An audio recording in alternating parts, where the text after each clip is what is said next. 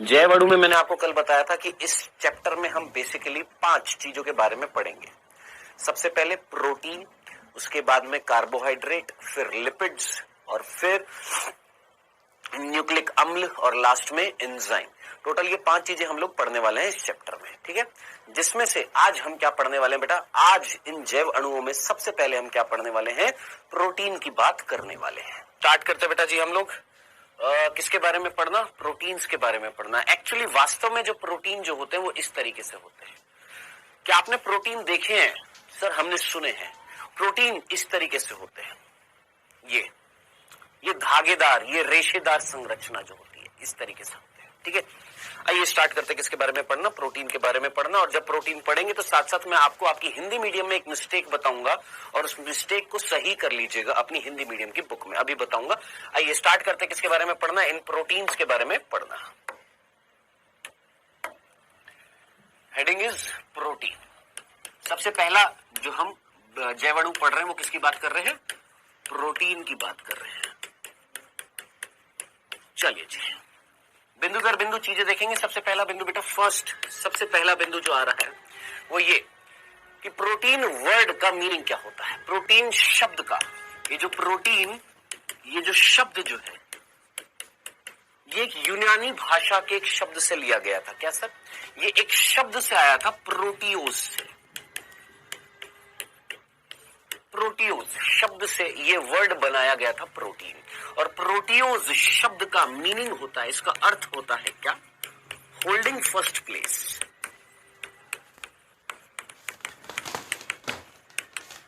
Holding first place मतलब पहला स्थान, पहला स्थान।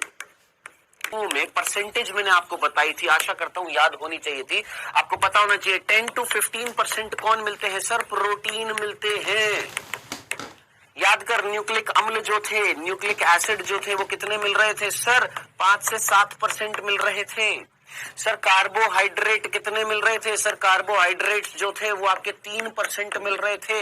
लिपिड कितने मिल रहे थे सर, 2% मिल रहे थे। तो फर्स्ट पोजीशन पर किसको रखा, प्रोटीन को रखा। क्यों रखा फर्स्ट पोजीशन पर प्रोटीन को, क्योंकि सबसे ज्यादा जो जैव अणु जीव द्रव्य में मिलता है जिसका पहला स्थान है वो कौन है, प्रोटीन। इसीलिए ये वर्ड पड़ा था क्या, प्रोटीन।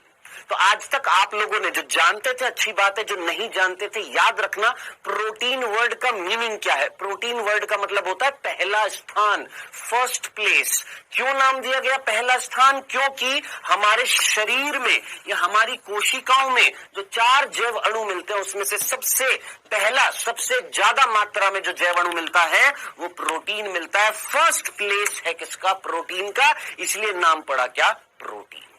ठीक है, पहला बिंदु क्लियर हो गया। दूसरा बिंदु, अब बात करते हैं दूसरे बिंदु की। दूसरा बिंदु है सर, प्रोटीन की खोज किसने करी थी, पूछेंगे ना सर ये प्रोटीन की खोज किसने करी थी। तो खोज करने के लिए जो रिस्पॉन्सिबल जो थे वो 2 वैज्ञानिक थे।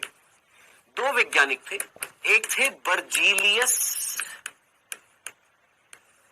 और एक थे मुल्डर। ये 2 वैज्ञानिक थे जिन्होंने खोज करी थी। और पर्टिकुलरली तीसरा बिंदु, एक काम करते हैं, बिंदु हम ABCD में नहीं 1 2 3 में देते, नहीं तो ABCDEFGH बहुत ज्यादा भाग जाएगा। 1 2 3 तीसरा बिंदु, खोज तो इन दोनों वैज्ञानिकों ने करी थी। बात आ रही है प्रोटीन शब्द किसने दिया था, ये याद रखना। प्रोटीन शब्द जो था वो किसने दिया था, बर्जीलियस ने दिया था। तो बेसिकली आपसे खोज तो कोई नहीं पूछेगा, ये जरूर पूछा गया है प्रीवियस ईयर क्वेश्चन में, मैंने देखा था बहुत पुराने था, उसमें पूछा गया था प्रोटीन शब्द किसने दिया था। तो बर्जीलियस वो वैज्ञानिक थे जिन्होंने प्रोटीन शब्द दिया था। और प्रोटीन की खोज किसने करी थी, बर्जीलियस और मुल्डर ने मिलकर प्रोटीन की क्या करी थी, खोज करी थी। चलिए जी, चौथे बिंदु पर आते हैं। सीधा सीधा, ये प्रोटीन किससे बने होते हैं, बहुत सीधा सीधा प्रश्न है। ये प्रोटीन जो होते हैं ये किससे बने होते हैं। तो बेटा प्रोटीन जो होते हैं ये बहुलक होते हैं, पॉलीमर होते हैं। किसके पॉलीमर होते हैं, अमीनो एसिड के। अमीनो अम्ल के क्या होते हैं, पॉलीमर होते हैं। अमीनो एसिड के क्या होते हैं, पॉलीमर होते हैं। अमीनो एसिड क्या होता है अभी थोड़ी देर में पढ़ेंगे, अभी सिर्फ इतना सा, अमीनो एसिड्स जो है वो मिलकर क्या बनाते हैं, पॉलीमर बनाते हैं, और उस पॉलीमर को हम क्या बोलते हैं, प्रोटीन कहते हैं। क्या ये 4 बिंदु में किसी को कोई तकलीफ थी? यहां तक किसी को कोई कंफ्यूजन? सिंपल सी बात थी। आगे बढ़ते हैं बेटा जी, यहां पर 5वां बिंदु। अब क्वेश्चन आ रहा है, कितने अमीनो अम्ल प्रोटीन बनाते हैं, कितने कितने अमीनो एसिड प्रोटीन बनाते हैं, जल्दी से। तो आपसे कोई पूछे कितने प्रकार के अमीनो अम्ल होते हैं, तो याद रखना, मानव शरीर की अगर मैं बात करूं, मानव शरीर में लगभग 300 से ज्यादा अमीनो अम्ल पाए जाते हैं।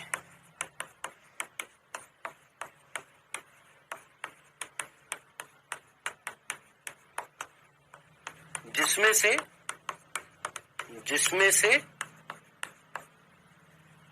आप मुझे आंसर देंगे, डैश अमीनो अम्ल प्रोटीन का निर्माण करते हैं।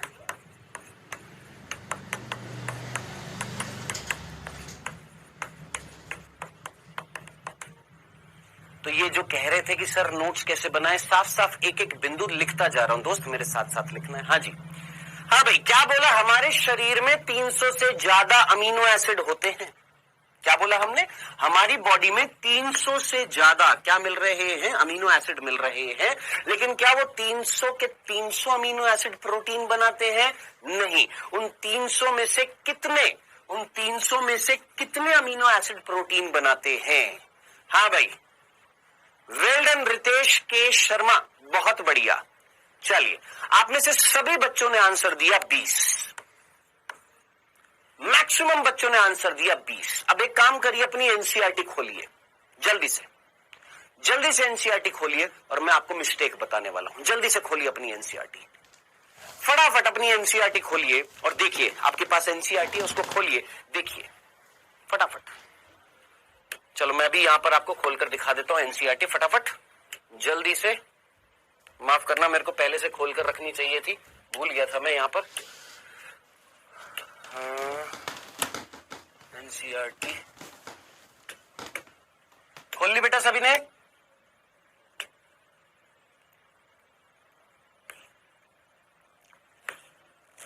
9th चैप्टर आपका जैवाणु है, बायोमोलिक्यूल्स, ठीक है, ये इंग्लिश की हो गई अपनी। और ऐसे ही हिंदी भी खोल लेते हैं फटाफट जल्दी से, तुरंत। क्लास 11th सब्जेक्ट अपना बायो और जीव विज्ञान, गो। आइए चैप्टर नंबर 9, आ जाइए, जैवाणु। खुल जा सिम। चलिए जी, ये रहा अपना चैप्टर जैवाणु। इस जैवाणु चैप्टर में जब आप नीचे जाएंगे तो यहां पर आपको दिखाई देंगे 21, कहीं वर्ड दिख रहा है 21, कौन से पेज पर है एक बार देख लीजिएगा, चेक कर लीजिएगा, आपको 21 दिखाई देंगे। 21 21 21 21 21। हाँ जी, कहाँ है भैया? बेटा कोई मुझे बताएगा कहां पर है, कहां पर कहीं 21 लिखा हुआ आपको दिखाई दे रहा है? मेरे को यहां पर दिख नहीं रहा है, एक्चुअली बोर्ड बहुत बड़ा है, इसमें दिखाई नहीं दे रहा है यहां पर। 21 21 21 21 21 21। हाँ ये रहा, ये देख, ये है यहां पर, देख क्या लिखा हुआ है।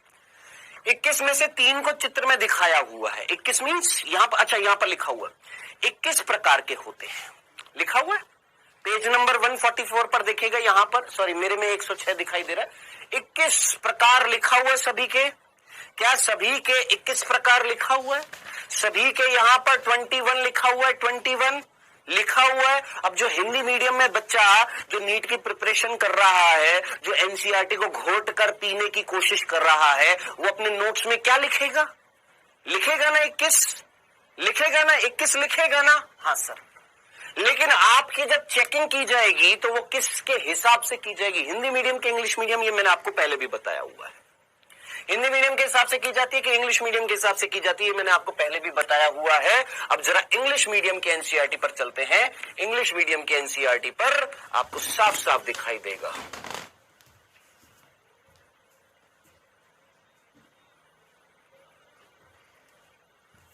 कहीं यहाँ 20 लिखा हुआ है, 20, हाँ ये रहा, ये पढ़ यहां पर, यहां पर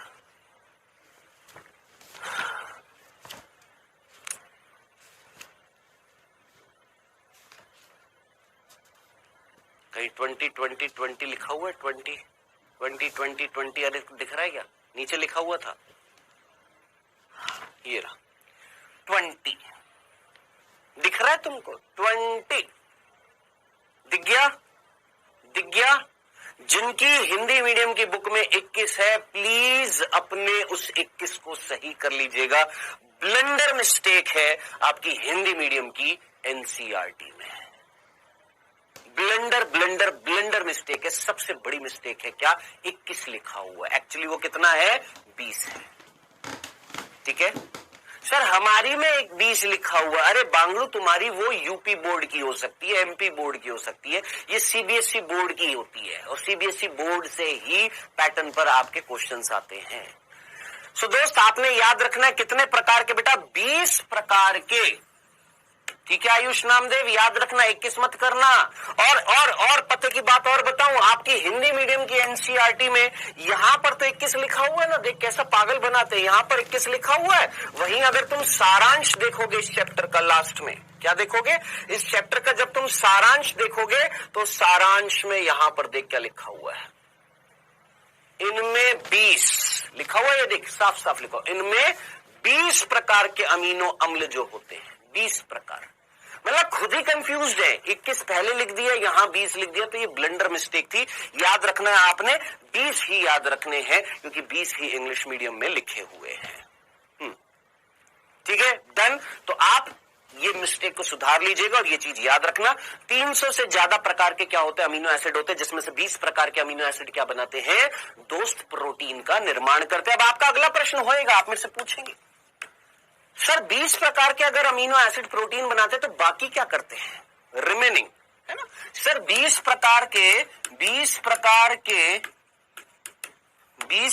के अमीनो एसिड, ए मींस अमीनो एसिड, इतनी सी बात समझ लेगा मेरी बात, तो इतनी तो समझ में आते, ए मींस अमीनो एसिड। ठीक है, शॉर्ट में अमीनो एसिड। 20 प्रकार के अमीनो एसिड जो है वो क्या बना रहे हैं? सर प्रोटीन बना रहे हैं। तो बचे हुए क्या कर रहे हैं? पूछेगा ना सर, बचे हुए जो हैं, वो जो 280 जो हैं, वो क्या कर रहे हैं? तो एक एग्जांपल ले लेते हैं। अगर आपने नाम सुना है सिट्रुलिन, आप में से कितने बच्चों ने ये वर्ड सुना हुआ है सिट्रुलिन? जल्दी से मुझे बताइए, आप में से कितने बच्चों ने ये वर्ड पहले कभी सुना हुआ है सिट्रुलिन? ऑर्निथिन, ये वर्ड पहले कभी सुना हुआ है? गाबा, ये सारे वर्ड बाद में आएंगे, गामा, अमीनो, ब्यूटायरिक एसिड। इसकी फुल फॉर्म जो है नीट में पहले पूछी जाती थी, 2015 में बहुत बार पूछी गई थी। गाबा की full form gamma amino butyric acid. ये जो आपको दिखाई दे रहे ना वर्ड्स, ये क्या है? ये जो रसायन है ये अमीनो एसिड से बने हुए हैं और ये प्रोटीन नहीं है। क्या? ये जो बचे हुए जो थे वो अमीनो एसिड ये रसायन बनाते हैं, जैसे गाबा का निर्माण किया, जैसे ऑर्निथिन का निर्माण किया, जैसे सिट्रुलिन का निर्माण किया। अब ये क्या है? सिट्रुलिन, ऑर्निथिन, ये क्या होते हैं दोस्त? आप जब एक चैप्टर पढ़ेंगे, कौन सा? उत्सर्जन तंत्र। कौन सा? उत्सर्जन तंत्र। ध्यान से सुन लीजिए, उत्सर्जन तंत्र, एक्सक्रीटरी सिस्टम, तो आपको पता लगेगा हमारे अंदर क्या बनता है। एक वेस्ट मटेरियल बनता है जिसका नाम होता है अमोनिया। अमोनिया को किस में बदला जाता है? यूरिया में बदला जाता है, हमारे लीवर में। और जब बदला जाता है तो एक केमिकल बनता है जिसका नाम होता है ऑर्निथिन। तो ये जो चक्र जो होता है ना, क्या अमोनिया को यूरिया में बदलने का, इसको हम बोलते हैं ऑर्निथिन साइकिल। तो याद रखना, ये रसायन कब बनते हैं? उत्सर्जन में। ये नाम, ये गाबा, ये कहां पर बनता है? आप मुझे बताइए। अगर मैं आप में से किसी एक को गाल पर, मतलब जैसे गाल सहलाऊं या पिटाई कर दूं या कुछ भी करूं, जैसे सपोज मैं खड़ा हूं, ठीक है, अब ये मेरे को ग्लास उठाना है, ये मेरे को पानी का गिलास उठाना है। मैं गया, मैंने पानी का गिलास उठाया, उठाने के बाद मैंने पी लिया। अब मैं ऐसे ही रखूंगा अपना हाथ कि वापस इसको नॉर्मल पोजीशन पर रखूंगा, नॉर्मल पोजीशन पर रखूंगा। यानी यहां पर सिग्नल आए काम कराया, काम कराने के बाद क्या वो सिग्नल आते रहेंगे, आते रहेंगे, आते रहेंगे, आते रहेंगे, सिग्नल न्यूरॉन्स से, तंत्रिकाओं से सिग्नल लगातार आते रहेंगे कि उन सिग्नल को रोकना पड़ेगा। सोचिए, जल्दी से सोचिए, क्या हमारी तंत्रिकाओं से सिग्नल आते हैं, हमारी तंत्रिकाओं से संदेश आते, क्या लगातार आते रहते कि उनको रोकना पड़ता है, रोकना पड़ता है। तो तंत्रिका में संदेश जो आते हैं, संदेशों को संदमित करने का कार्य, संदमित मीन्स रोकने का कार्य कौन करता है? एक केमिकल करता है जिसका नाम होता है गाबा। एक सिंपल सा वर्ड बोलूंगा, इमीडिएटली पढ़ने वाला बालक समझ जाएगा। क्या? न्यूरो स्टिमुलेटर और न्यूरो इनहिबिटर। सोच, ये गाबा न्यूरो स्टिमुलेटर है कि न्यूरो इनहिबिटर है? पकड़ लेगा तो पकड़ लेगा, इतनी सी बात सुनने के बाद में पकड़ लेगा। क्या? ये जो गाबा जो होता है, ये क्या होता है? न्यूरो इनहिबिटर होता है। न्यूरॉन से जो सिग्नल आते हैं उनको रोकने का काम करता है। तो इस बिंदु में हमने क्या पढ़ा, इस बिंदु में हमने क्या समझा कि सर हमारे अंदर 300 से ज्यादा अमीनो एसिड है। मैंने कहा यस, जिसमें से केवल 20 अमीनो एसिड जो है वो क्या बनाते हैं? प्रोटीन बनाते हैं। मैंने कहा बिल्कुल जनाब।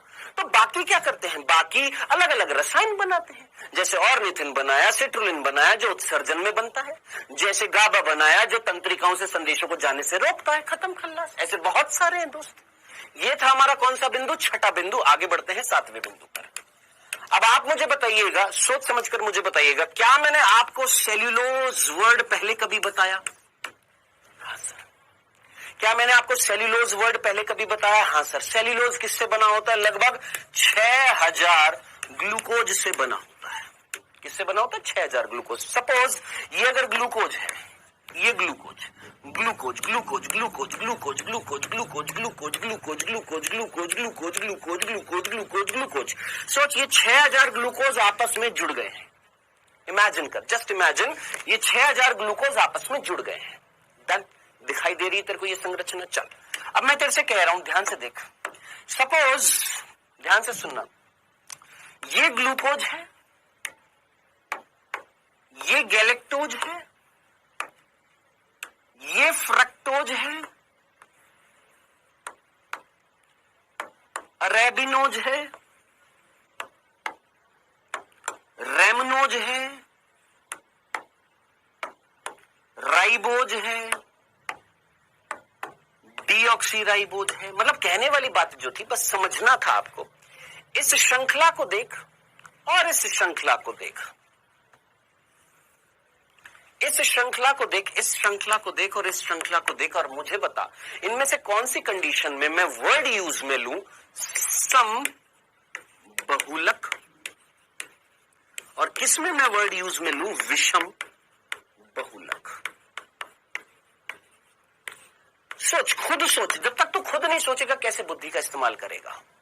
सोच, जल्दी से सोच। इनमें से कौन सा सम बहुलक है, कौन सा विषम बहुलक है? तो देखने से पता लग रहा है ना।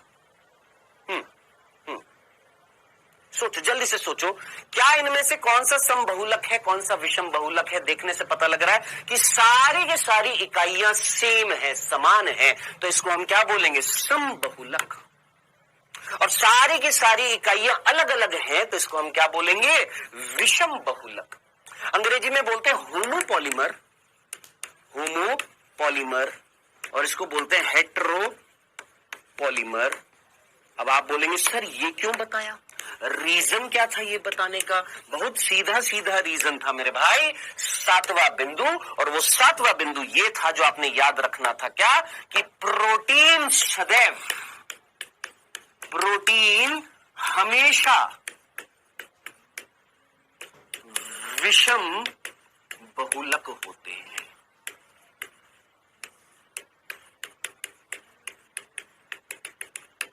यानी प्रोटीन कभी भी समबहुलक नहीं होते। समझ में आया? क्या बोला कि प्रोटीन के अंदर कौन मिल रहा है? प्रोटीन किससे बना हुआ है? सर अमीनो एसिड से। यानी सारे के सारे अमीनो एसिड कभी भी सेम नहीं होंगे, अलग अलग अलग अलग क्या होंगे? अमीनो एसिड्स होंगे। डन। ये याद रखना क्योंकि यहां से प्रश्न उठा हुआ है, बना हुआ है, ये जरूर याद रखिएगा। क्या? प्रोटीन कभी भी समबहुलक नहीं होते। प्रोटीन हमेशा कैसे होते हैं बेटा जी?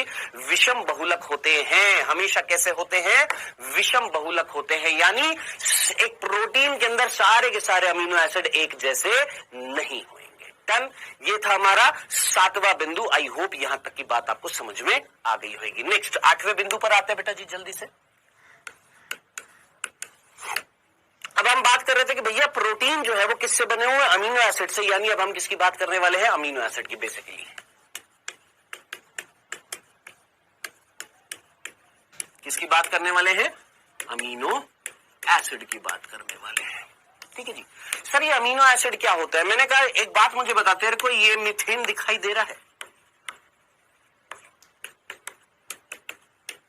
तूने बोला हाँ सर मीथेन दिखाई दे रहा है। अब इस मीथेन में मैंने चेंज किया। क्या बोला? ये जो मीथेन जो था, इस मीथेन में मैं क्या कर रहा हूं? चेंज कर रहा हूं। क्या चेंज कर रहे हो सर? ये जो कार्बन जो थी, इस कार्बन पर ये जो हाइड्रोजन थी, ये वाली हाइड्रोजन थी, ये तो यूं की यूं है। मैंने इस हाइड्रोजन को बदलकर यहां पर क्या लगा दिया? अमीन समूह। याद रखना कौन सा समूह है ये? अमीन समूह। और इस वाली हाइड्रोजन को यहां से अलग करके यहां पर लगा दिया कार्बोक्सिलिक समूह। बहुत बेसिक सी चीज है, सभी बच्चों ने ये चीज सुनी हुई है, समझी हुई है। क्या? इस कार्बन पर हमने अमीन समूह लगा दिया और इधर हाइड्रोजन को हटाकर यहां से कार्बोक्सिलिक समूह लगा दिया। सर इस हाइड्रोजन को हटाकर हमने यहां पर लिख दिया आर। सर ये आर क्या है? मैंने कहा रुक जा, पहले मुझे इतनी सी बात बता, ध्यान से सुन। इसमें क्या अमीन समूह है? क्या इस संरचना में अम्लीय समूह है? कार्बोक्सिलिक समूह है। हाँ, तो याद रखना वो अणु, वो मॉलिक्यूल्स जिसमें अमीन समूह मिलेगा, कार्बोक्सिलिक समूह मिलेगा, हाइड्रोजन मिलेगी, बस चेंज कहां पर करोगे? इस जगह पर करोगे। कहां पर चेंज करोगे? सिर्फ ये जो जगह जो थी, कौन सी? ये जो जगह जो है यहां पर चेंज करोगे। इस जगह को हम बोलते हैं परिवर्तनशील, या इसको हम बोलते हैं क्रियात्मक समूह। सर समझ नहीं आया। मैंने कहा इधर देख, एक ही झटके में समझ में आएगा। देख इधर देख, तेरे को ये कार्बन दिखाई दे रही है, इस कार्बन पर अमीन समूह दिखाई दे रहा है, कार्बोक्सिलिक समूह दिखाई दे रहा है, हाइड्रोजन दिखाई दे रही है। तेरे को ये कार्बन दिखाई दे रहा है, इस पे कार्बोक्सिलिक समूह दिखाई दे रहा है, अमीन समूह दिखाई दे रहा है, हाइड्रोजन दिखाई दे रहा है। दिखाई दे रहा है? हाँ सर। अब मैंने तेरे से कहा यहां पर लगा हुआ है क्या? हाइड्रोजन। यहां पर हमने CH3 लगा दिया। ठीक है। अब आप मुझे बताइएगा, थोड़ा सा सिंपल सा कॉमन सेंस लगाना था यहां पर। चलो एक और बना देते हैं, जो आपकी एनसीईआरटी में बनाया हुआ है, यही बनाए हुए हैं, यही 3 अमीनो एसिड बनाए हुए हैं आपकी एनसीईआरटी में। यहां पर हमने लगा दिया CH2OH। ठीक है। अब आप मुझे बताइएगा, सोच समझकर मुझे बताइएगा, ये तीनों अमीनो एसिड हैं, ये तीनों के तीनों क्या है? अमीनो एसिड है। अब इन तीनों अमीनो एसिड में जरा कॉमन सेंस लगा और सोच, क्या यहां पर अमीन समूह? हाँ। क्या इसमें अमीन समूह? हाँ। क्या इसमें अमीन समूह? हाँ। यानी अमीन समूह सभी अमीनो एसिड में कॉमन रहेगा। यहां पर कार्बोक्सिलिक समूह, यहां पर कार्बोक्सिलिक समूह, यहां पर कार्बोक्सिलिक समूह, यानी जितने भी अमीनो एसिड है सब में अमीन और कार्बोक्सिलिक समूह तो मिलेगा। और साथ साथ ये हाइड्रोजन, यहां पर हाइड्रोजन और यहां हाइड्रोजन, यानी हर अमीनो एसिड में 3 चीजें तो मिलेंगी ही मिलेंगी। क्या? हाइड्रोजन, अमीन समूह, कार्बोक्सिलिक समूह, हाइड्रोजन, अमीन समूह, कार्बोक्सिलिक समूह, हाइड्रोजन, अमीन समूह, कार्बोक्सिलिक समूह, यानी ये 3 चीजें तो हमेशा कॉमन मिलेगी। सिर्फ चेंज कहां पर मिलेगा? जरा वर्ड देख क्या लिखा हुआ है, परिवर्तनशील समूह, यानी ऐसा समूह जहां परिवर्तन आएंगे। क्या परिवर्तन आएंगे? या तो हाइड्रोजन लगा दिया, या CH3 लगा दिया, CH2OH लगा दिया। परिवर्तन दिख रहा है कि नहीं दिख रहा? हाँ सर परिवर्तन दिख रहा है। और इन्हीं परिवर्तनों के कारण आपके 20 प्रकार के जो अमीनो अम्ल बन रहे हैं। दिस अमीनो अम्ल इज कॉल्ड ग्लाइसीन। इसका नाम क्या है? ग्लाइसीन। इसको हम क्या बोलते हैं? ग्लाइसीन। इसको हम क्या बोलते हैं? एलानीन। और इसको हम क्या बोलते हैं? सेरीन। यही 3 अमीनो अम्ल आपकी एनसीईआरटी में दिखा रखे हैं, ग्लाइसीन, एलानीन और सेरीन। यही 3 अमीनो अम्ल आपकी एनसीईआरटी में दिखा रखे हैं। यही 3 अमीनो अम्ल आपकी एनसीईआरटी में यहां पर अगर आप देखेंगे तो यहां पर दिखा रखे हैं, ग्लाइसिन, एलानिन और सेरीन।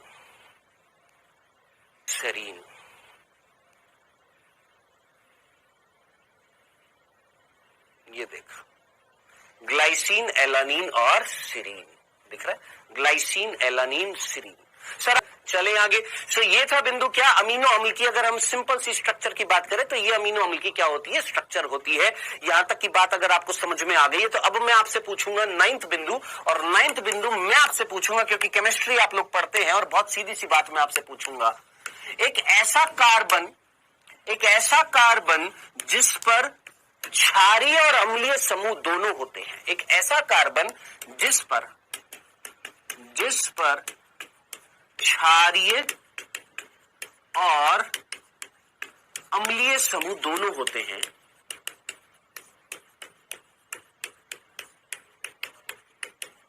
ऐसे कार्बन को क्या कहते हैं? ऐसे कार्बन को हम क्या बोलते हैं? कार्बन को हम बोलते हैं अल्फा कार्बन। क्या बोलते हैं? ऐसे कार्बन को हम क्या बोलते हैं? Alpha carbon. और ऐसे कंपाउंड को, ऐसे अणु को हम क्या बोलते हैं? एम्फोटेरिक। क्या बोलते हैं? एम्फोटेरिक बोलते हैं। क्या बोलते हैं? ऐसे अणु को हम क्या बोलेंगे? एम्फोटेरिक। तो अमीनो अम्ल कैसे होते हैं? सर अमीनो अम्ल एम्फोटेरिक होते हैं। अमीनो अम्ल कैसे होते हैं? एम्फोटेरिक होते हैं। और इनका ये वाला जो कार्बन जो होता है, इसको हम क्या बोलते हैं? अल्फा कार्बन कहते हैं। अब याद करिए, आप में से कई बच्चों ने ये भी पढ़ा होगा, ज्विटर आयन।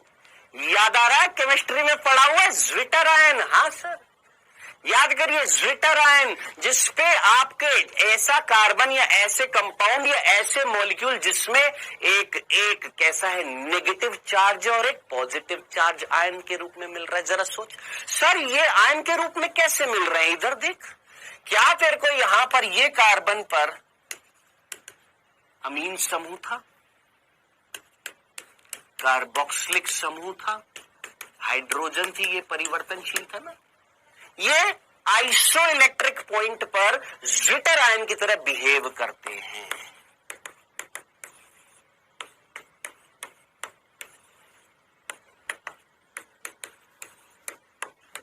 क्या मिल रहा है? एक नेगेटिव चार्ज समूह मिल रहा है, एक पॉजिटिव चार्ज समूह मिल रहा है। इनको हम क्या बोलेंगे सर? इनको हम बोलेंगे ज्विटर आयन बोलेंगे। तो भैया जरा सोचिए, तीनों वर्ड आप सभी जानते हैं, बेहतर तरीके से जानते हैं, और मैं आशा करता हूं मेरे से भी अच्छा जानते होंगे, क्योंकि केमिस्ट्री आप लोग पढ़ते हैं, मेरी तो है ही नहीं बेटा, बिल्कुल खराब है।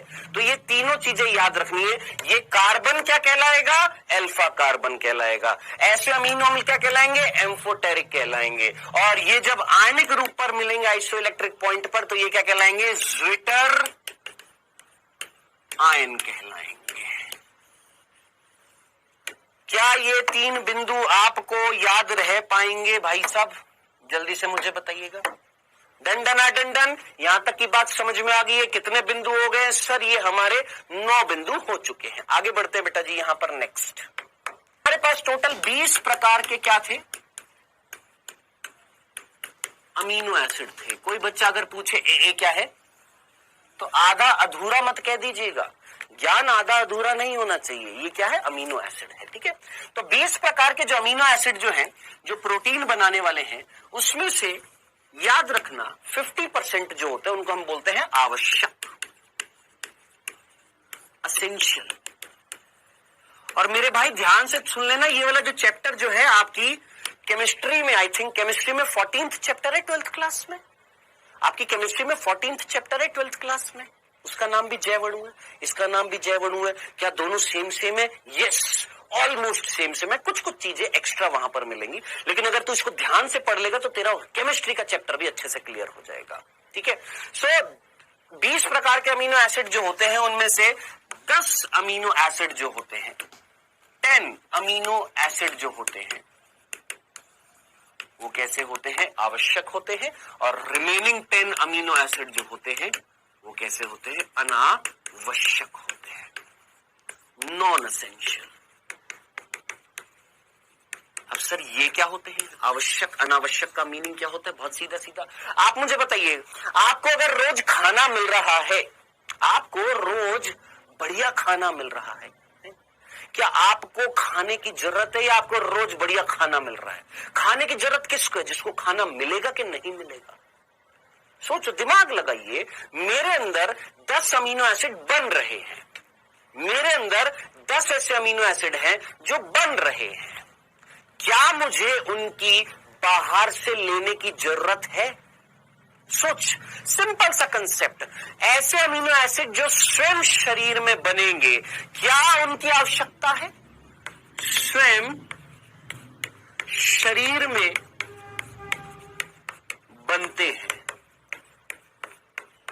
वो अमीनो एसिड जो स्वयं शरीर में, हमारा शरीर अगर बना रहा है, हमारी बॉडी अगर अमीनो एसिड बना रही है, तो क्या उनकी नीड है?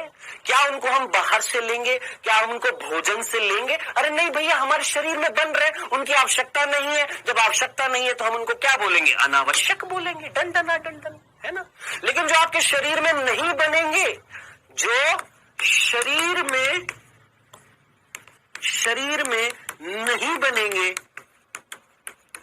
बनेंगे, जिनको भोजन के द्वारा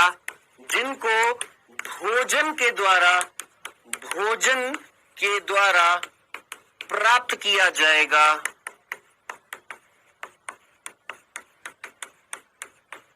क्यों? क्योंकि हमारे शरीर में नहीं बन रहे, तो हम बाहर से फूड से लेंगे। हम जो भोजन खाएंगे उसमें वो होंगे, तो उनकी हमें आवश्यकता है, तो उनको हम क्या बोलेंगे? आवश्यक।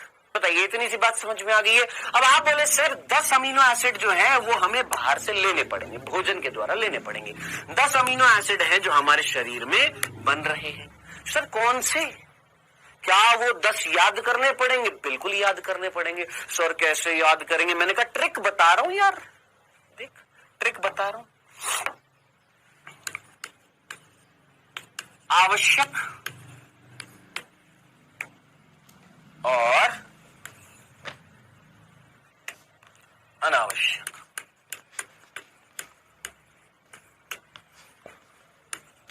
ए अमीनो एसिड, ए अमीनो एसिड।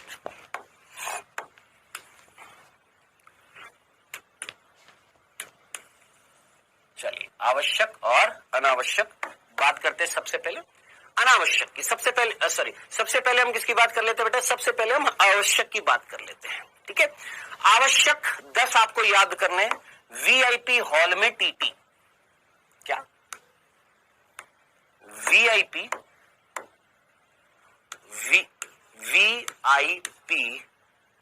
हॉल में टी नाम सभी ने सुना है। हॉल मतलब कमरा, यानी वीआईपी हॉल था, एक कमरा था वीआईपी का, जिसमें खेला जा रहा था। क्या खेला जा रहा था? टीटी खेला जा रहा था। बोल, याद रह जाएगा। अब सर ये तो याद हो गया वीआईपी हॉल में टीटी, लेकिन ये तो बताओ वी क्या है, आई क्या है, पी क्या है? तो वी मीन्स, इसी के नीचे नीचे लिखता जा रहा हूं, ठीक है? वी मीन्स वेलिन, आइसोल्यूसिन, याद रखना है, भूलना नहीं है। फिनाइल एलानीन,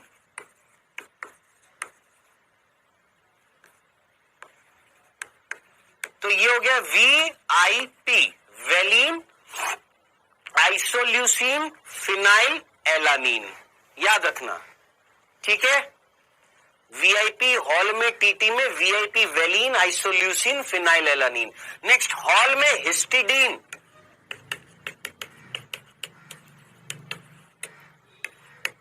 एलानीन,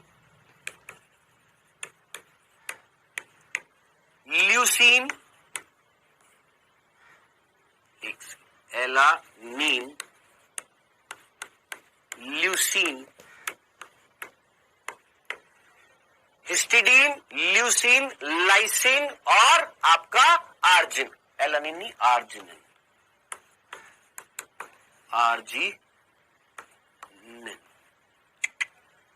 अरे यार रबड़ काम नहीं करता है।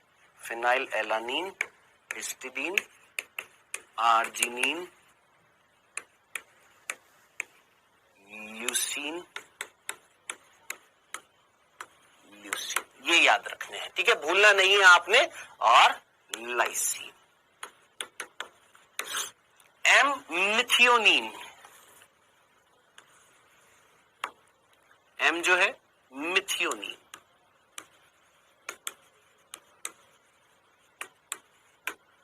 और ये हो गया। अब हमारा बच गया बेटा जी यहां पर टीटी, टीटी से याद रखना थ्रियोनिन और ट्रिप्टोफेन।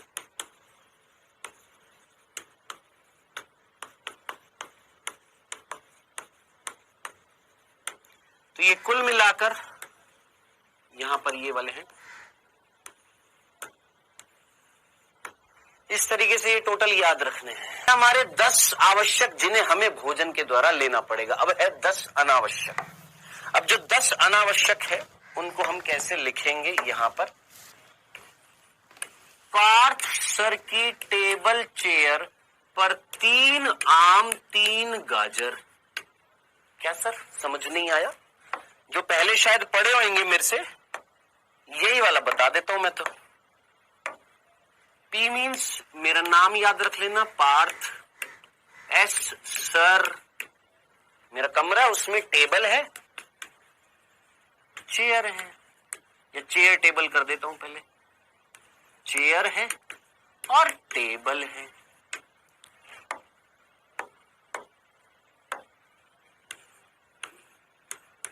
ठीक है, अब उस टेबल पर 3 ए मीन्स आम रखे हैं, 3 आम रखे और 3 गाजर रखी हैं, 3 आम रखे हैं और 3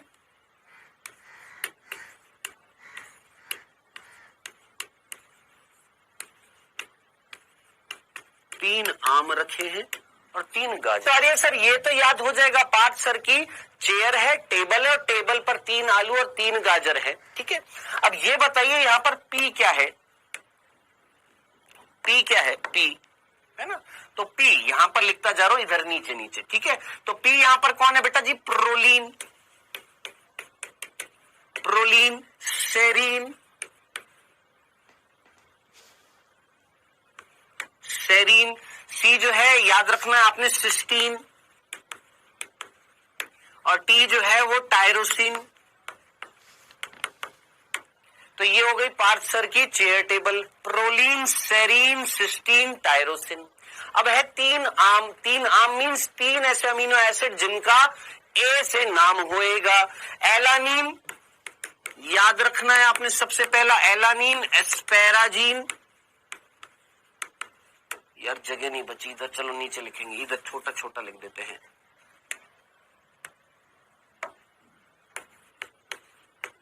एलानीन, एस्पेरेजीन और एस्पार्टिक एसिड। ठीक है, तो ये 3 ए हो गए हैं और बचे 3 जी यानी 3 गाजर। ग्लाइसीन यहां पर लिख देता हूं, यहां पर नीचे लिख दूं ग्लाइसीन। ठीक है, ग्लूटामिक एसिड और ग्लूटामीन।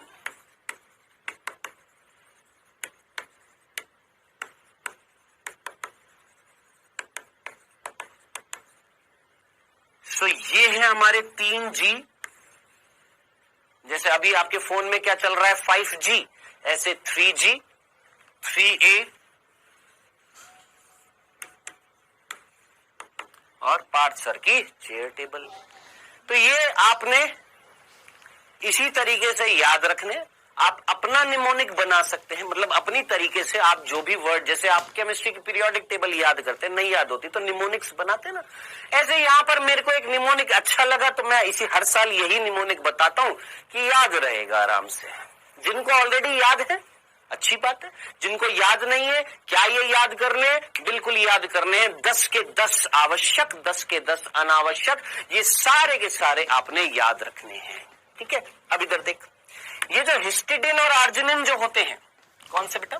ये हिस्टिडिन और आर्जिनिन जो होते हैं, ठीक है, यहां पर लिख रहा हूं, हिस्टिडिन और आर्जिनिन जो होते हैं इनको हम अर्ध आवश्यक बोलते हैं। हिस्टिडिन और आर्जिनिन को हम क्या बोलते हैं? अर्ध आवश्यक यानी सेमी एसेंशियल। अब इसका मतलब क्या है? देखो, एक छोटा बच्चा जो था उसको ये चाहिए थे, ये दोनों। जब मैं बाल्यावस्था में था, छोटा था, आप जब छोटे थे तो आपको अपने भोजन में ये दोनों चाहिए थे, ठीक है। लेकिन जब हम बड़े हो गए हैं, आप बड़े हो गए, मैं बड़ा हो गया, तो हमारे अंदर ये दोनों बन रहे हैं, लेकिन बहुत कम मात्रा में बन रहे हैं। बन तो रहे हैं लेकिन बहुत कम मात्रा में बन रहे हैं। अब आप मुझे बताइएगा, ये दोनों अमीनो एसिड हमारे अंदर बन तो रहे हैं लेकिन बहुत कम मात्रा में बन रहे हैं, यानी ये आवश्यक तो है लेकिन बहुत कम, अर्ध रूप से आवश्यक है। क्यों? क्योंकि बनते तो हैं लेकिन इतने नहीं बनते जितनी जरूरत होती है, इसीलिए हम इनको क्या बोलते हैं? अर्ध आवश्यक। क्या ये चीज समझ में आ गई? डन डन डन डन, इतनी सी बात समझ में आ गई है। अर्ध आवश्यक कौन से हैं? याद रखना, हिस्टिडीन और आर्जिनिन ये कैसे हैं? अर्ध आवश्यक है, बिल्कुल कतई मत भूल जाइएगा, ठीक है। याद रखना है ये सारा का सारा। वापस से बोल देता हूं, क्या पढ़ा? देख, 20 प्रकार के अमीनो एसिड है जो क्या बनाने वाले हैं? प्रोटीन बनाने वाले हैं, ठीक है सर। अब ये जो 20 प्रकार के जो अमीनो एसिड जो प्रोटीन बनाने वाले होते हैं, इनमें से 10 हमारे शरीर में बनते हैं, तो हमें इनकी जरूरत नहीं है, बाहर से लेने की जरूरत नहीं है। क्यों? क्योंकि ये बन रहे हैं। अच्छा, एक और क्वेश्चन, सर ये कहां पर बनते हैं हमारे शरीर में? हमारे दिमाग में बनते हैं, हमारे गुर्दे में, किडनी में बनते हैं। कहां पर बनते हैं? तो इनका निर्माण जो होता है, ये भी याद रख लेना, इनका निर्माण हमारे शरीर में कहां पर होता है? यकृत में होता है, लीवर में होता है। ये भी याद रख लेना, इनका निर्माण कहां पर होता है? हमारे लीवर में होता है। किसका? इनका निर्माण हमारे लीवर में होता है। ये हमारे शरीर में नहीं बनते, इसलिए बाहर से लेने पड़ते हैं। क्यों लेने पड़ते? क्योंकि जरूरी है भाई, प्रोटीन बनाने हैं, इसलिए जरूरी है, तो बाहर से लेने पड़ेंगे भोजन में। तो ये बाहर से लेने पड़ेंगे, कौन से? Valine, isoleucine, phenylalanine, VIP, histidine, arginine, leucine, lysine, ये हॉल हो गया, मिथियोनिन, थ्रियोनिन, ट्रिप्टोफैन। ये जरूरत नहीं है, शरीर में बन रहे हैं। 5 सर की चेयर टेबल, 3 आम, 3 आलू और 3 गाजर। प्रोलीन, सेरीन, सिस्टीन और टायरोसिन। 3 ए कौन है? एलानिन है, एस्पेराजिन है, एस्पार्टिक एसिड है। 3 जी कौन है? ग्लाइसिन है, ग्लूटामिन है और ग्लूटामिक एसिड है। डन। चले आगे, यहां तक की बात, यहां तक कितने बिंदु हो गए बेटा? हमारे 10 बिंदु हो गए हैं। अब आगे बढ़ते हैं, 11वां बिंदु। 11वां बिंदु देखने से पहले अब यहां पर मैं कुछ लिख रहा हूं कि इंपॉर्टेंट चीजें, इंपॉर्टेंट बिंदु जो आपने हाईलाइट करके जरूर लिखने हैं। अब क्या लिखने हैं? ध्यान से सुनिएगा। आप मुझे बताइएगा, ये कार्बन है जिस पर ये अमीन समूह है और ये कार्बोक्सिलिक समूह है, हाइड्रोजन है और ये हाइड्रोजन है। जस्ट इमेजिन, ये कार्बन है जिसपे अमीन समूह है, कार्बोक्सिलिक समूह है, हाइड्रोजन है और ये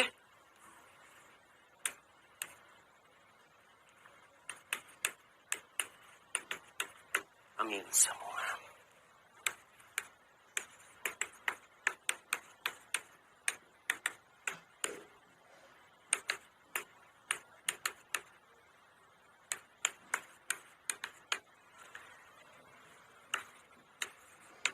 हाँ भैया, ये आपके सामने 3 अमीनो एसिड हैं,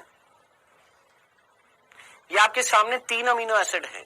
जल्दी से मुझे बताइए, इनमें से कौन सा अमीनो एसिड है जो उदासीन है? कौन सा अमीनो एसिड है जो क्षारीय है? और कौन सा अमीनो एसिड है जो अम्लीय है?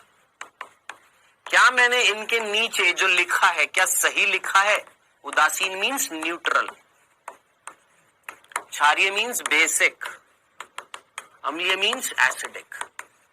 बहुत सिंपल सी बात पूछी भाई साहब, ये जो अमीन समूह जो होता है ये क्षारीय समूह होता है। लिख ले बेटा, कैसा समूह होता है? ये क्षारीय होता है।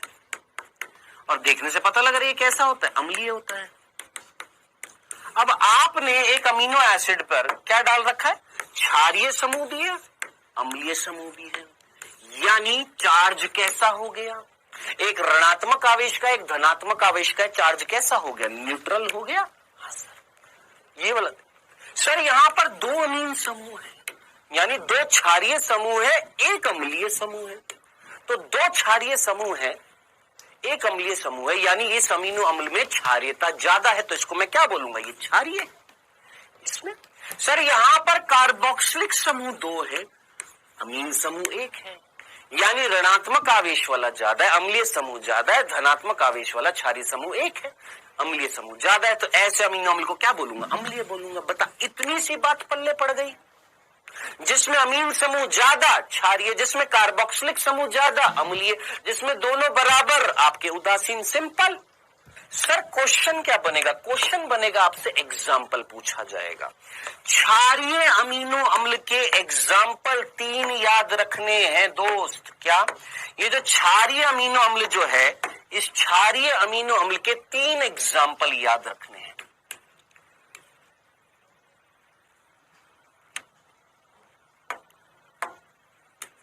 लाइसीन, आर्जिनिन और हिस्टिडीन। कौन कौन से बेटा, लाइसीन, आर्जिनिन और histidine. Lysine, histidine, arginine. Lysine, histidine, arginine, भूलना नहीं है ये 3, जिसमें ये देख लाइसीन सॉरी हिस्टिडीन, आर्जिनिन, ये तो दोनों एक साथ याद रहेंगे। क्यों, क्योंकि हमने देखा था अर्ध आवश्यक। ठीक है, याद रखना है। और कौन सा याद रखना, तो अच्छा एक साथ करते हैं ना, एक काम करते हैं, इन तीनों को एक साथ ही लिख देते हैं, ताकि ये बिंदास एकदम बढ़िया तरीके से याद रहे। लाइसीन,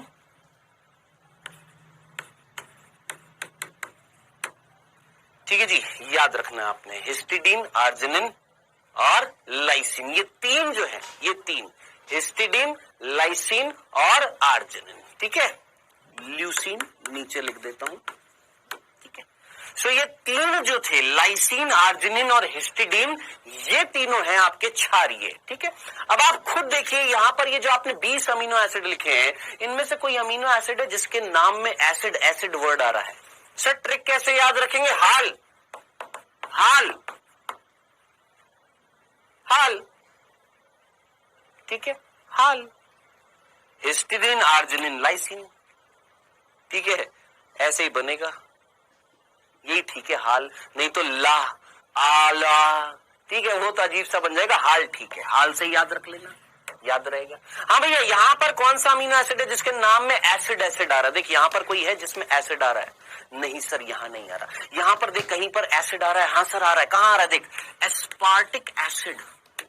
और कहां आ रहा है सर? ग्लूटामिक एसिड आ रहा है। ये 2 याद रखने बस, एस्पार्टिक एसिड और ग्लूटामिक एसिड।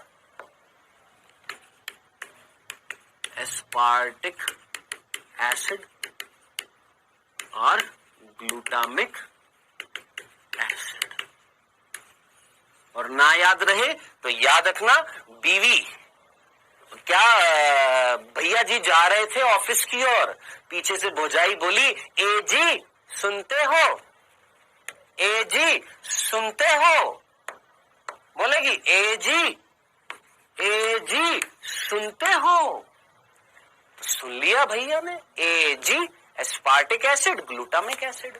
तो ये हो गया हाल, ये हो गया ए जी, और बचा क्या आपके बाकी रिमेनिंग 15 जो है, 15 अमीनो एसिड।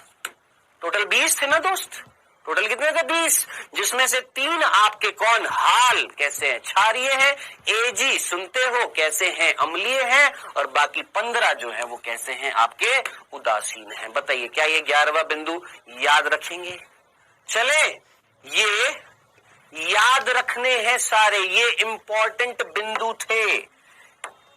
ये इंपॉर्टेंट बिंदुओं में से पहला बिंदु था क्या, कि कौन सा अमीनो अम्ल क्षारीय है, कौन सा अम्लीय और कौन सा उदासीन है। इंपॉर्टेंट बिंदुओं में से, अच्छा इंपॉर्टेंट बिंदु को हम दे देते हैं 11वां नंबर। देख ऐसे 11वां नंबर जो है वो कौन है? इंपॉर्टेंट बिंदु, जिसमें से हमने पहली चीज देखी थी। अब ABCD बोल देते हैं। ए बेटा यहां तक देख लेते, 11वां जो बिंदु था वो क्या था? इंपॉर्टेंट पॉइंट्स थे हमारे, इंपॉर्टेंट, जिसमें से पहला इंपॉर्टेंट पॉइंट हमने देखा क्या, कि कौन सा अम्लीय, कौन सा क्षारीय और कौन सा उदासीन है। अब दूसरा, ए के बाद बी, 11वें बिंदु का सब बिंदु यानी बी ऑप्शन, और वो है सिंपलेस्ट।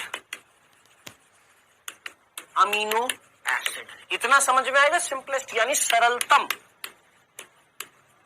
अमीनो अम्ल।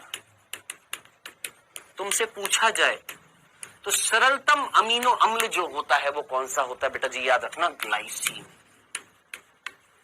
भूलना जाइएगा, सबसे सरलतम अमीनो अम्ल जो होता है वो कौन होता है, ग्लाइसीन होता है, याद रखना। ठीक है, दूसरा बिंदु मतलब तीसरा हो जाएगा, सबसे जटिल कॉम्प्लेक्स अमीनो एसिड, जटिलतम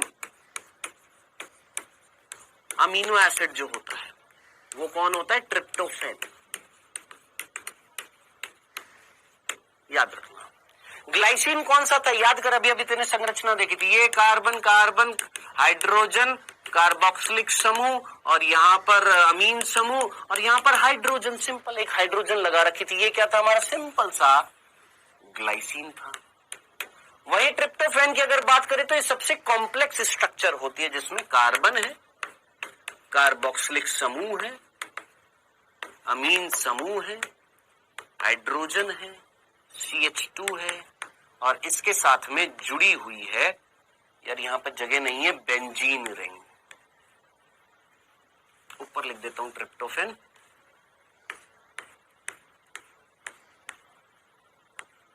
ये बेंजीन रिंग, एक नहीं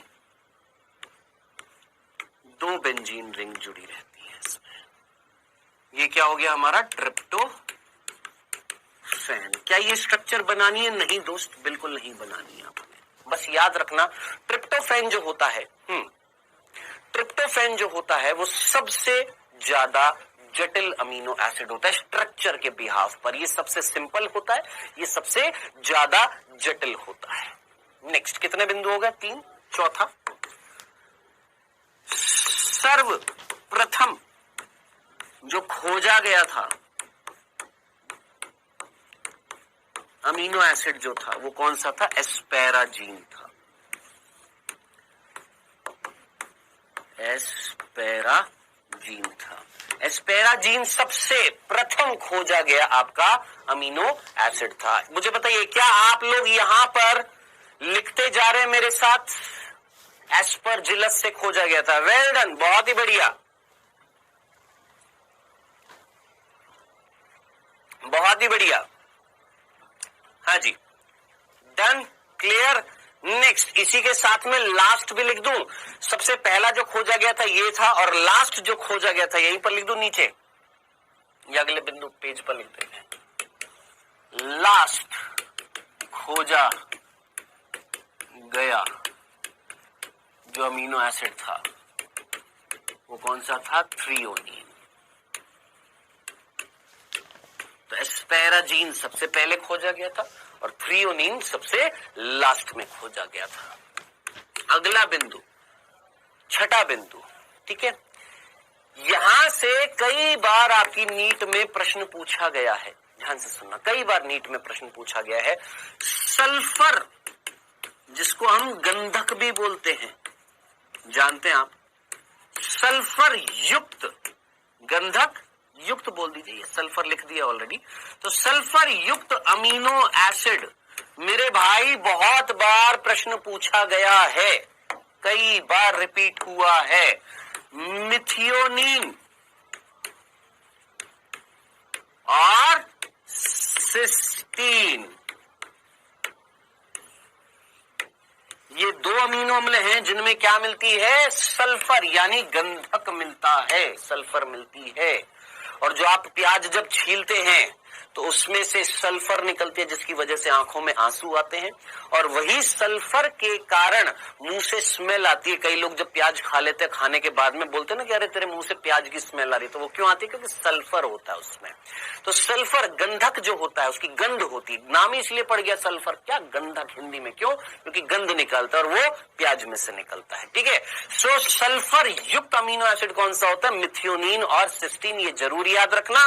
और पते की बात मैं आपको ये बता दूं, इस पृथ्वी पर जितने भी प्रोटीन हैं, इस पृथ्वी पर जितने भी प्रोटीन हैं, जो से भी प्रोटीन होंगे, हर एक प्रोटीन में सल्फर मिलेगी। क्यों सर, क्योंकि हर एक प्रोटीन में फर्स्ट अमीनो एसिड मिथियोनीन होता है।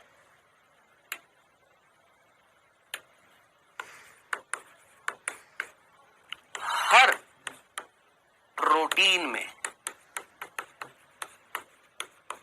गंधक यानी सल्फर मिलेगा। क्यों?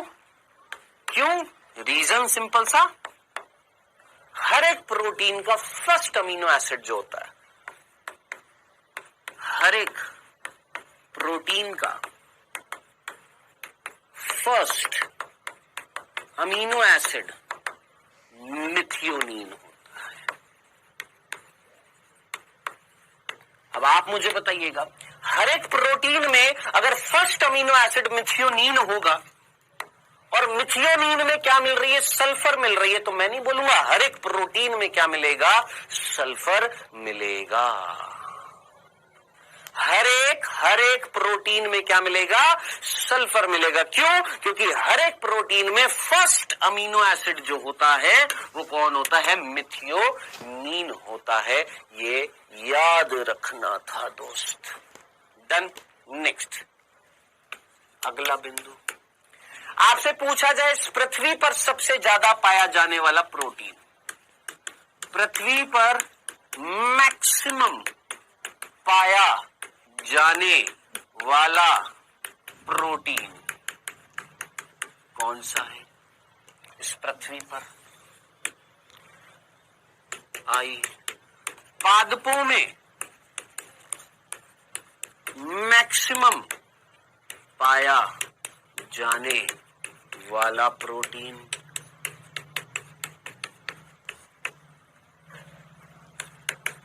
जंतुओं में, प्राणी लिख दूं, प्राणी यानी एनिमल्स में मैक्सिमम पाया जाने वाला प्रोटीन कौन सा है? तो ये कुल मिलाकर आपके पास यहां पर ये 3 बिंदु हैं और तीनों बिंदुओं का आंसर फटाफट लिखते जाइएगा। याद रखना, भूलना जाइएगा, एनिमल्स में जो सबसे ज्यादा प्रोटीन पाया जाता है, आपने शायद कल भी लेक्चर में सुना होगा, कौन होता है मेरे भाई? हाँ भाई, कौन होता है? कोलेजन। बहुत ही बढ़िया, निम्मो, जिसने भी बच्चे ने नाम लिखा हुआ है, कौन? कोलेजन। ठीक है सर, सिस्टीन और सिस्टाइन अलग अलग है? ये सिस्टीन और सिस्टाइन अलग अलग है, वो भी अभी आ रहा है। पादपों में जो मैक्सिमम पाया जाता है, पादपों में जो मैक्सिमम पाया जाता है उसका नाम है रुबिस्को, और पृथ्वी पर जो मैक्सिमम पाया जाता है उसका नाम भी है रुबिस्को। है सर? हाँ। तो कई बच्चे पूछते हैं, इसलिए मैंने एक साथ सारी चीजें लिख दी हैं। क्या इस पृथ्वी पर पादपों की संख्या ज्यादा है कि जंतुओं की संख्या ज्यादा? सोच, एनिमल्स ज्यादा है इस पृथ्वी पर कि प्लांट्स ज्यादा है? प्लांट्स ज्यादा है।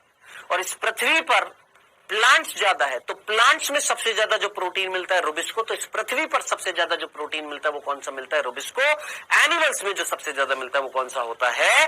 कोलेजन होता है। फॉर्म यहां पर लिख देता हूं साइड में, इधर जगह तो नहीं है, अगले पेज पर लिख देता हूं रुबिस्को की फुल फॉर्म।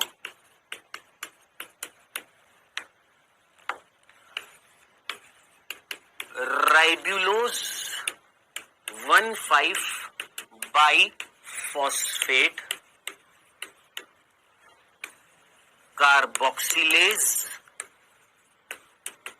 ऑक्सीजिनेज। ये है फुल फॉर्म किसकी बेटा जी? रुबिस्को की। प्रकाश संश्लेषण जब चैप्टर पढ़ेंगे तो वहां पर ये आएगा।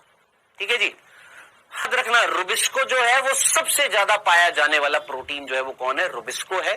पृथ्वी पर भी और प्लांट्स में भी।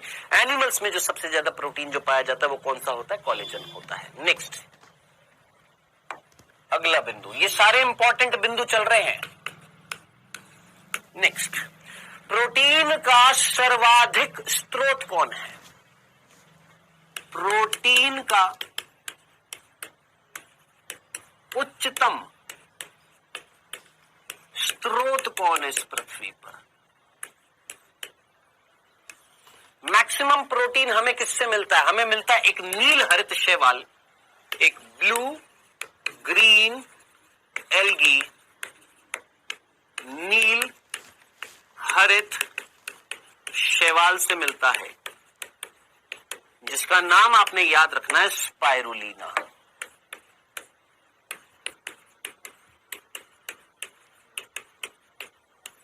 ठीक है, तो कई सारे बच्चे जो है वो कंफ्यूज हो जाते हैं, सर इस बिंदु में और इस बिंदु में फर्क क्या था। देखिए यहां पर ये एक जीव है, कौन है, ये एक जीव है, और इस जीव ने मैक्सिमम क्या उत्पन्न किया है, प्रोटीन उत्पन्न किया है। मतलब जैसे मैंने बोला एक कोशिका, मैंने अपनी एक कोशिका ली, उस कोशिका से मान ले just an example 5 gram protein मिल रहा था, ऐसा होता नहीं, जस्ट एक एग्जांपल बता रहा हूं। मेरी एक सेल से मान ले 5 मिलीग्राम प्रोटीन मिल रहा है, तो वहीं स्पाइरुलिना से कितना मिल रहा है, 50 मिलीग्राम मिल रहा है। तो उस आधार पर बता रहा हूं कि स्पाइरुलिना वो जीव है जो सबसे अच्छा स्रोत है किस चीज का, प्रोटीन का, रिचेस्ट सोर्स है किसका, प्रोटीन का। फर्स्ट नंबर पर जो रिचेस्ट सोर्स है प्रोटीन का, फर्स्ट, अंग्रेजी में लिख देता हूं, first richest source of protein कौन है बेटा, याद रखना, भूल ना जाइएगा, कौन है हमारा, स्पाइरुलिना। प्रश्न पूछा जाएगा सर सेकंड रिचेस्ट सोर्स कौन है, तो सेकंड रिचेस्ट सोर्स एक हरी शैवाल है। कौन, एक हरी शैवाल, एक ग्रीन एल्गी है। टाइम हो जाए तो बता दीजिएगा, मैंने एक्चुअली टाइम नहीं देखा है। एक हरी शैवाल है जिसका नाम है क्या, क्लोरेला। ये कौन है, second richest source of protein. Sir Hindi में प्रोटीन का द्वितीय उच्चतम स्रोत कौन है, प्रोटीन का द्वितीय उच्चतम स्रोत कौन है, याद रखना, क्लोरेला। ये एक हरी शैवाल होती है। सो दोस्त ये आपके याद रखने थे बिंदु। ठीक है, एक लास्ट बिंदु, ये दोनों याद रहेंगे, भूलेगा तो नहीं। स्पाइरुलिना फर्स्ट नंबर पर, क्लोरेला सेकंड नंबर पर। याद रखना इनको स्पेस में लेकर जाया जाता है। जो स्पेस में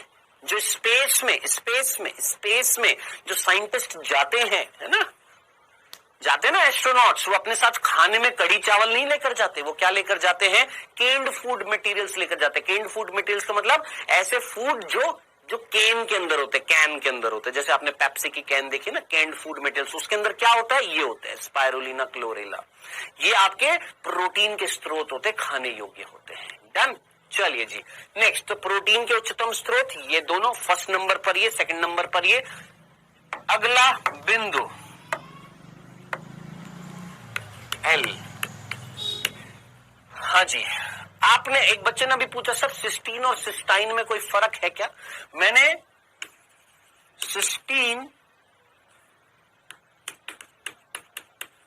एक अमीनो एसिड लिखा था, सिस्टीन लिखा था। याद रखना जब दो सिस्टीन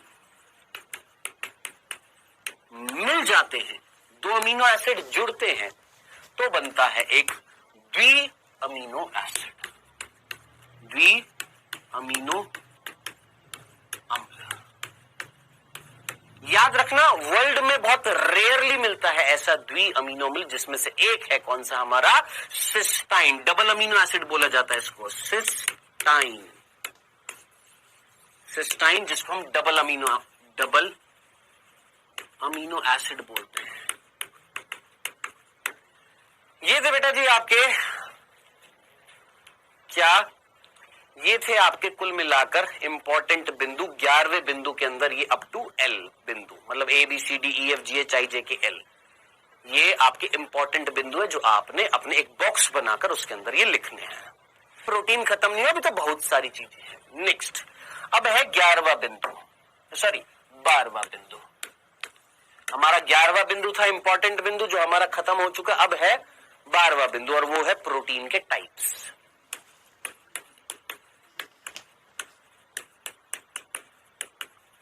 किसके टाइप्स देखने वाले हैं, प्रोटीन के टाइप्स। मतलब प्रोटीन के बेटा हम क्या पढ़ने वाले हैं, टाइप्स पढ़ने वाले हैं। ध्यान से सुनिएगा, प्रोटीन जो होते हैं वो दो प्रकार के होते हैं।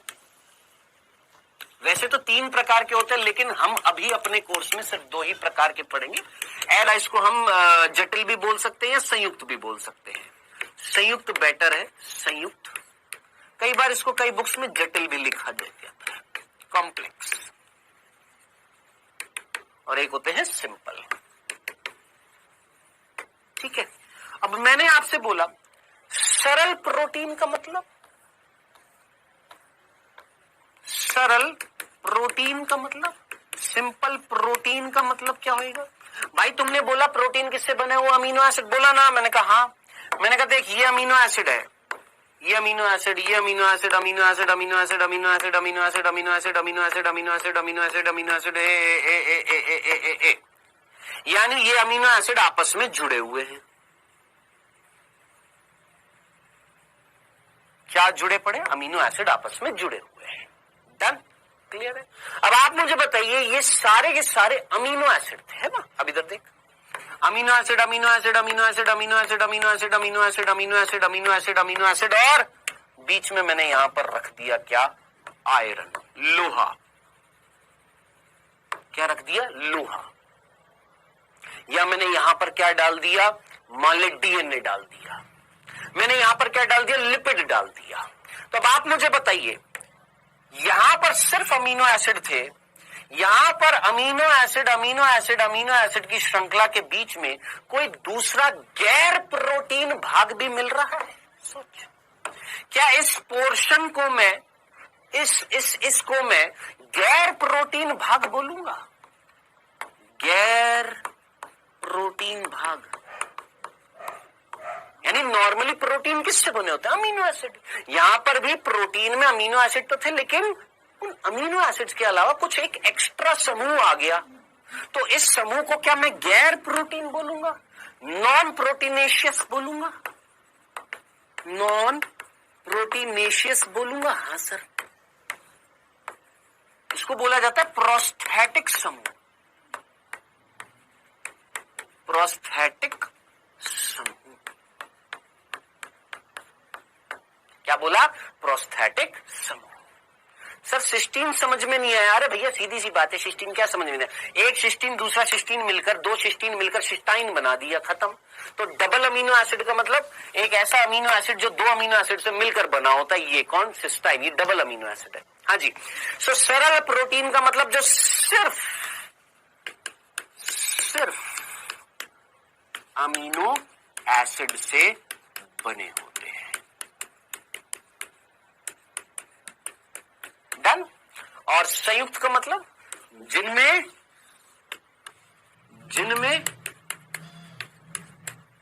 अमीनो एसिड के साथ प्रोस्थेटिक समूह पाया जाता है। क्या? कि अमीनो एसिड तो थे ही, उसके साथ में एक नॉन प्रोटीन भाग जिसको हम प्रोस्थेटिक समूह बोलते हैं, वो पाया जाता है। अब आप बोलेंगे कौन होता है ये प्रोस्थेटिक समूह? मैंने कहा आजा अभी बात करते हैं। डन। सरल अमीनो एसिड। सरल अमीनो एसिड का मीनिंग तो हमको समझ में आ गया सर, वो अमीनो एसिड जो सिर्फ अमीनो सरल प्रोटीन का मतलब तो समझ में आ गया, जो सिर्फ अमीनो एसिड से बने होते हैं। किससे बने होते हैं? सिर्फ अमीनो एसिड से बने होते हैं। ठीक है सर, ये तो समझ में आ गया। अब एग्जाम्पल, बेसिकली आपसे पूछे जाएंगे एग्जाम्पल। अब आप मुझे बताइए, आप में से कितने बच्चों ने ये नाम सुना है? एल्ब्यूमिन।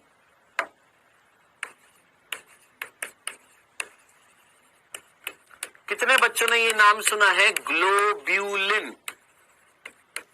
हाँ भाई जल्दी से मुझे बताइए, आप में से कितने बच्चों ने नाम सुना है एल्ब्यूमिन, ग्लोब्यूलिन? सुना है? हाँ, ग्लोब्यूलिन सुना है? हाँ सर। ये कहां पर मिलते हैं मेरे भाई? दूध, अंडा, रक्त। दूध में मिलता है आपका एल्ब्यूमिन प्रोटीन, ग्लोब्यूलिन भी मिलता है। अंडे में स्पेसिफिकली एल्ब्यूमिन मिलता है। आपने अंडे का सफेद वाला भाग है ना, पीले वाले को तो हम क्या बोलते हैं? यॉक बोलते हैं, है ना? यॉक, पीतक, है ना? सफेद वाला भाग जो होता है उसको हम क्या बोलते हैं? एल्ब्यूमिन बोलते हैं। तो अंडे में मिलता है। रक्त के अंदर हीमोग्लोबिन होता है। हाँ सर, ग्लोबिन, हीमोग्लोबिन नाम सुना? आरबीसी में होता है वो हीमोग्लोबिन किससे बना होता है? आयरन और ग्लोबुलिन प्रोटीन से। तो ग्लोबुलिन प्रोटीन किस में पाया जा रहा है? रक्त में। रक्त के प्लाज्मा में पाया जाता है यार। ये ग्लोबुलिन प्रोटीन रक्त प्लाज्मा में पाया जाता है। रक्त में पाया जाता है कौन? ग्लोबुलिन प्रोटीन पाया जाता है। ग्लोबुलिन ये दूध में भी मिलते हैं, अंडे में भी मिलते हैं, रक्त में भी मिलते हैं। यहां तक की बात समझ में आ गई है तो बताओ, केराटिन प्रोटीन नाम सुना है? केराटिन, हाँ सर। कहां पर मिलता है सर? यहां पर जो आपके बहुत कम है। कहां सर? बालों में, सर नाखून में, सर त्वचा में, सर सींग में। मेरे है नहीं, तुम्हारे हो तो देखना एक बार। सींग में देखे ना? हाँ जी। तो याद रखना, भूल ना जाना, बालों में, नाखून में, त्वचा में, सींग में क्या मिलता है आपका? Keratin protein. याद रखना, भूल ना जाइएगा। और ये केराटिन प्रोटीन एक अमीनो एसिड से बना होता है और उस अमीनो एसिड का नाम है सिस्टीन। रखनी थी। सर गेहूं खाते हो आप? मैंने कहा हाँ। गेहूं का आटा खाते हो? मैंने कहा हाँ। वो जो गेहूं का आटा जब हम गूंथते हैं तो वो थोड़ा सा लचीला होता है। हाँ, वो लचीला किसकी वजह से होता है? एक प्रोटीन की वजह से जिसका नाम होता है ग्लूटन। तो ग्लूटन एक प्रोटीन है जो गेहूं में मिलता है और इस गेहूं में लचीलापन लाता है। और मेरे भाई last but not least, histone. Histone protein आप सभी ने नाम सुना हुआ है। हिस्टोन प्रोटीन जो होते हैं वो बेसिकली दो, जानते हैं ना? हिस्टोन प्रोटीन सभी ने सेल चैप्टर पढ़ लिया ना। हिस्टोन प्रोटीन के ऊपर डीएनए लिपटा होता है, न्यूक्लियोसोम बनाता है, न्यूक्लियोसोम मिलकर क्या बनाते हैं? क्रोमेटिन बनाते हैं। क्रोमेटिन का झुंड जो होता है, जाल जो होता है, क्या कहलाता है? क्रोमेटिन कहलाता है। सब कुछ पढ़े हुए मेरे भाई। तो हिस्टोन प्रोटीन जो होते हैं ये बेसिकली दो अमीनो एसिड से बने होते हैं। लाइसिन, मतलब दो के अलावा और भी होते हैं लेकिन रिच क्या होते हैं? मतलब लाइसिन एंड आर्जिनिन। बेसिकली ये दो मेन अमीनो एसिड मिलते हैं किसमें? हिस्टोन प्रोटीन में। जैसे यहां पर लिख देता हूं जाते जाते, लिपोप्रोटीन, ग्लाइकोप्रोटीन, न्यूक्लियोप्रोटीन, क्रोमोप्रोटीन। ठीक है, तो लिपो, ग्लाइको, न्यूक्लियो, क्रोमो, हाँ ये बेसिकली हमारे ये चार टाइप्स हैं किसके? जटिल अमीनो एसिड्स के। ठीक है, तो ये हम पढ़ेंगे। ठीक है, ये चार पढ़ेंगे। लिपो हो गया, ग्लाइको हो गया, न्यूक्लियो हो गया, एक फॉस्फो भी लिख देता हूं, फॉस्फो प्रोटीन। 5 पढ़ेंगे, सॉरी, ये 5 हम पढ़ेंगे। और जाने से पहले मैं सीधा सीधा आपसे पूछ लेता हूं जाते जाते, बस सीधा सीधा फटाफट बता दो, लिपोप्रोटीन का मतलब क्या होएगा? जो किससे बने होंगे? सोच, जिसमें प्रोटीन के अलावा गैर प्रोटीन भाग कौन होगा? सोच। गैर प्रोटीन का मीनिंग मैंने तेरे को बता दिया था। गैर प्रोटीन का मतलब जिसमें अमीनो एसिड के अलावा कोई दूसरा समूह होएगा जिसको हम प्रोस्थेटिक समूह बोलेंगे, है ना? वो बस जाने से पहले फटाफट निपटा देते। प्रोस्थेटिक समूह कौन होएगा? देख, लिपोप्रोटीन में प्रोटीन आ गया तो गैर प्रोटीन कौन होएगा? इसमें भी प्रोटीन, इसमें भी प्रोटीन, इसमें भी प्रोटीन, इसमें भी प्रोटीन। अब बस सीधा सीधा बिंदु याद रखना है। लिपिड अगर प्रोटीन के साथ जुड़ा तो लिपोप्रोटीन। कार्बोहाइड्रेट, अरे भैया कार्बोहाइड्रेट, ग्लाइकोजन नाम सुना है ना? ग्लाइकोजन क्या होता है? कार्बोहाइड्रेट होता है। तो ग्लाइकोजन से याद रखना ग्लाइको प्रोटीन। न्यूक्लियो प्रोटीन यानी न्यूक्लिक अम्ल। न्यूक्लिक अम्ल, न्यूक्लिक अम्ल कौन? जैसे डीएनए आरएनए है ना, डीएनए आरएनए, डीएनए प्रोटीन के साथ जुड़ गया या आरएनए प्रोटीन के साथ जुड़ गया, न्यूक्लियो प्रोटीन।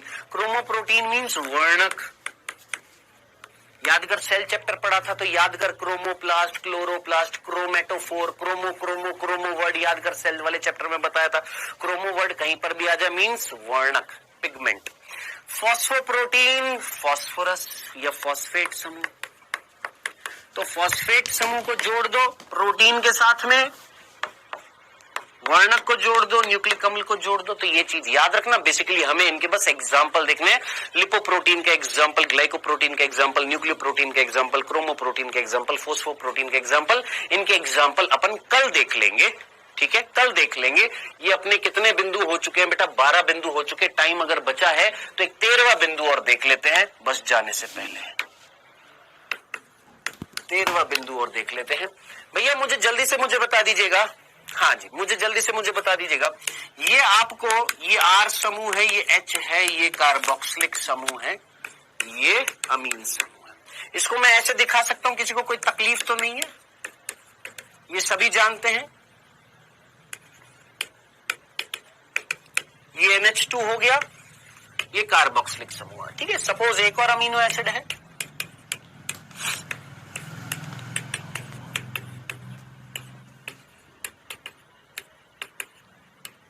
ठीक है जी, ये हमारा अमीन समूह, ये कार्बोक्सिलिक समूह। एक और अमीनो एसिड बना देते हैं फटाफट, आर समूह, एच समूह,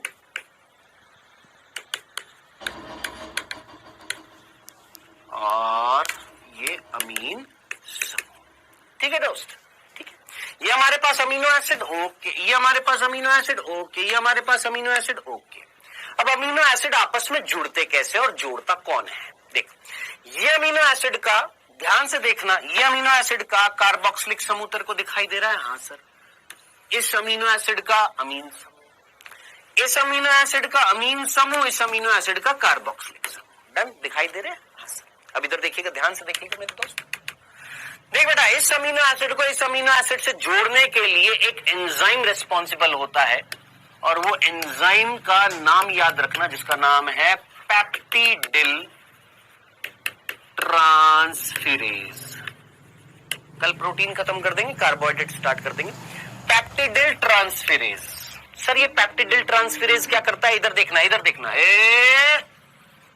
क्यों, क्या निकला? सोच फटाफट, जल्दी से सोच, क्या निकला? क्या निकला? क्या निकला? जल का अणु निकल गया।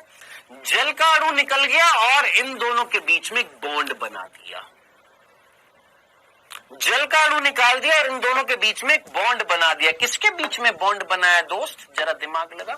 सर यहां पर ये जो कार्बोक्सिलिक समूह था और ये जो अमीन समूह था, इनके बीच में एक बंध बना दिया जिसका नाम है पेप्टाइड बॉन्ड। तो पेप्टाइड बॉन्ड बनाने का काम किसने किया? इस एंजाइम ने, जिसका नाम है पेप्टिडिल ट्रांसफेरेज, जो पेप्टाइड बॉन्ड बनाता है किसके बीच में? एक अमीनो एसिड के कार्बोक्सिलिक समूह और दूसरे अमीनो एसिड के अमीन समूह के बीच में पेप्टाइड बॉन्ड बनाता है। जब वो बॉन्ड बनाता है तो जल का अणु बाहर निकल जाता है। डन, इतनी सी बात। अब इधर से यहां पर भी यही काम करेगा। चलो जी सर निकालो, ये निकालोगे? मैंने कहा हाँ, निकाल दिया सर, जल का अणु निकाल दिया। निकालने से इन दोनों के बीच में बंध बना दिया।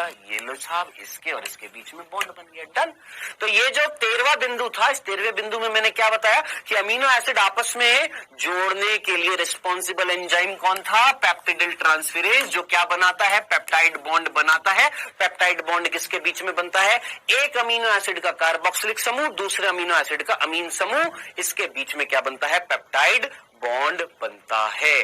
क्या ये इतनी सी बात समझ में आ गई है? कंफ्यूजन तो नहीं था? एक आखिरी बिंदु और सुन ले, बस लास्ट बिंदु, फिर उसके बाद टाटा बाय बाय, ठीक है।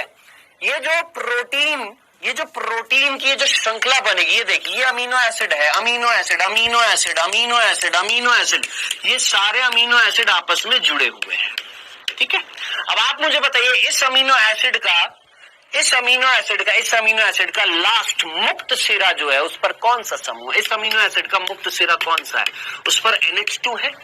और इस अमीनो एसिड का जो लास्ट समूह होगा, ये मान लीजिए लास्ट अमीनो एसिड है, इसका जो आखिरी समूह होगा वो कौन सा होगा? सर कार्बोक्सिलिक होगा कि नहीं होगा? सोच, इतनी सी बात मैं पूछ रहा हूं, इतनी सी बात सोच। ये जो प्रथम अमीनो एसिड है, ये वाला है, इसका ये मुक्त सिरा है कि नहीं है? हाँ। और इस अमीनो एसिड का ये मुक्त सिरा है कि नहीं है? हाँ। तो जरा सोच, इस अमीनो एसिड का ये मुक्त सिरा है और लास्ट वाले अमीनो एसिड का ये मुक्त सिरा है, तो इसको हम बोलते हैं N सिरा, N टर्मिनल।